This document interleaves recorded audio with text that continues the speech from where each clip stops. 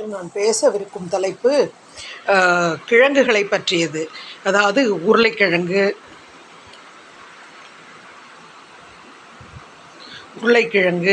சேப்பங்கிழங்கு, சேனைக்கிழங்கு, கருணைக்கிழங்கு, பனங்கிழங்கு, சர்க்கரை வள்ளிக்கிழங்கு, மரவள்ளிக்கிழங்கு இதெல்லாம் கேள்விப்பட்டிருப்பீங்க.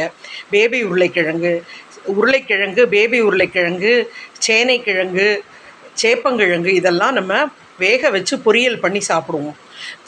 கருணைக்கிழங்கு மசியல் பண்ணால் ரொம்ப நல்லாயிருக்கும். பச்சை மிளகா, தேங்காய் அரைச்சி விட்டு கருணைக்கிழங்கை வேக வச்சு கடைசியில் எலுமிச்சம்பழம் பிழிஞ்சிங்கன்னா ரொம்ப டேஸ்ட்டாக இருக்கும்.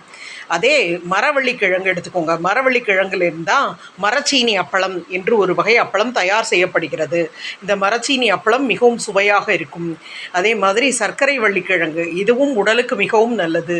இதை வேக வைத்து சாப்பிடுதல் நலம். பனங்கிழங்கு என்பது பொங்கல் சமயத்தில் மிகுந்த விமர்சையாக கொண்டாடப்படும் விழாவின் போது வாங்கப்பட்டு பயன்படுத்தப்படும் கிழங்கு. இந்த பனங்கிழங்கை வாங்கி நன்றாக வேக வைத்து உண்பதும் உடல் நலத்துக்கு நன்மை பயக்கும். அதுபோல் இன்னும் சில கிழங்குகள் உள்ளன.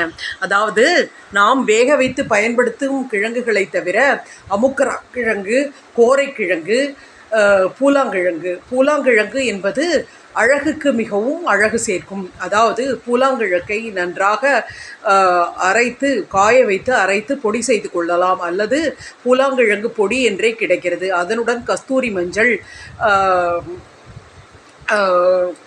மஞ்சளை பொடி செய்து உபயோகப்படுத்தலாம்.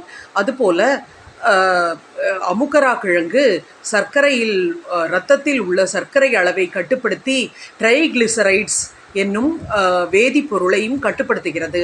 இது நம் உடலுக்கு மிகவும் நன்மை பயக்கும். அமுக்கரா கிழங்கு, பூலாங்கிழங்கு, கோரைக்கிழங்கு, இந்த கோரைக்கிழங்கும் உடல் நலத்துக்கு மிகவும் நன்மை விளைவிக்கும். இந்த பொடியை நீங்கள் பாலை காய்ச்சி அதனுடன் கலந்து சாப்பிடுதல் உடல் நலத்துக்கு மிகவும் நல்லது. மேலும் ஆகாச கருடன் கிழங்கு என்று ஒன்று உள்ளது. இந்த கிழங்கை நாம் எதற்கு பயன்படுத்துவோம் என்றால், வீட்டில் திருஷ்டி படாமல் இருக்க நாம் கட்டும் ஆகாச கருடன் கிழங்கு நிலைவாசல் படியில் ஒரு கயிறு கட்டி வைக்கலாம். இது ஆலோவேரா, அதாவது ஆலோவேராங்கிறது தமிழில் என்ன பேர் சொல்லுவாங்கன்னு தெரியல. அந்த ஆலோவேரா அதனுடன் சேர்த்து இதையும் கட்டுதல் வீட்டில் திருஷ்டி தோஷம் காக்காமல் நம்மை காக்கும். மீண்டும் அடுத்த பதிவில் சந்திக்கிறேன்.